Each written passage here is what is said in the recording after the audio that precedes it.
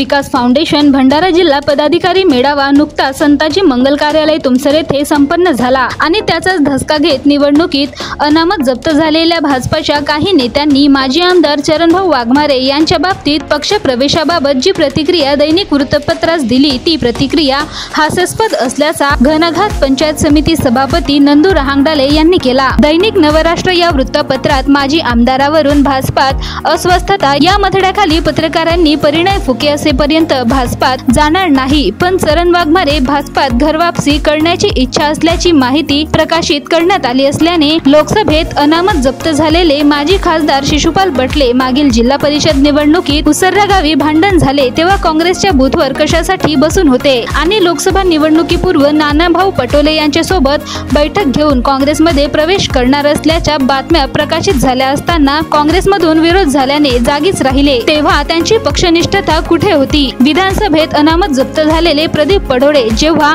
2014 ला चरणभाऊंना भाजपची उमेदवारी जाहीर झाली तेव्हा तुमसरच्या अतिथीगृहात धिंगाणा घालत निवडणुकीत चरणभाऊंच्या विरोधात प्रचार केला तेव्हा त्यांची पक्षनिष्ठता कुठे होती। उलट नगर परिषदेच्या निवडणुकीत भाऊ आमदार असताना सर्वकष प्रयत्न करून नगराध्यक्ष बनविण्यात महत्त्वाचा वाटा आहे। चरणभाऊंनी जिल्हा परिषद अध्यक्ष उपाध्यक्ष पदाच्या निवडणुकीत राष्ट्रवादी काँग्रेसचा विरोध केला म्हणून भाऊंना पक्षातून निलंबित केले, पण ग्रामपंचायत निवडणुकी काँग्रेस पक्षासोबत युती करून स्वतःचा स्वार्थ साधणारे निशिकांत इमले यांनी पक्षनिष्ठता कुठे गहाण ठेवली होती। जिल्हा परिषद निवडणुकीत उमेदवारी न मिळाल्याने मुन्ना पुंडे यांनी एरली क्षेत्रात कोणत्या पक्षाचा प्रचार केला हे क्षेत्रातील जनतेला चांगलेच माहीत आहे, तेव्हा त्यांची पक्षनिष्ठता कुठे होती।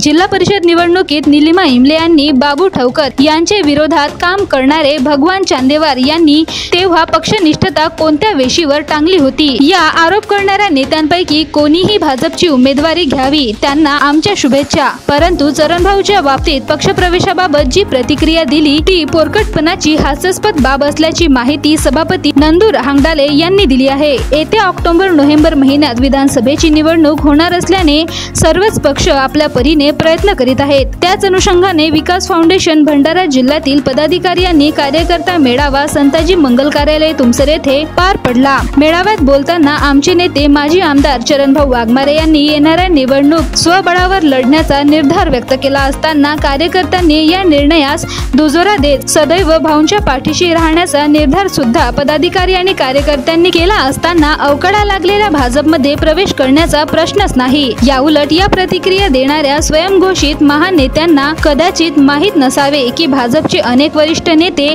चरणभाऊंची मनधरणी करण्याचा प्रयत्न करीत आहेत। या नेत्यांना चरणभाऊंचा एवढा धसका घेतला आहे की यांना स्वप्नातही चरणभाऊ दिसतात। राहिला प्रश्न प्रवेशाचा, त्या बाबतीत या महानेत्यांनी चिंता करू नये, आपल्या ताकदीने भाजपची तिकीट घ्यावी आणि पुन्हा अनामत जप्तसाठी तयारीला लागावे। चरणभाऊच्या बाबतीत बेताल वक्तव्य करू नये, भाऊंची ताकद आपण लोकसभेत पाहिलीच आहात, विधानसभेत पण दिसेल असे खुले आवाहन सुद्धा सभापती नंदू रहांगडाले यांनी व्यक्त केले।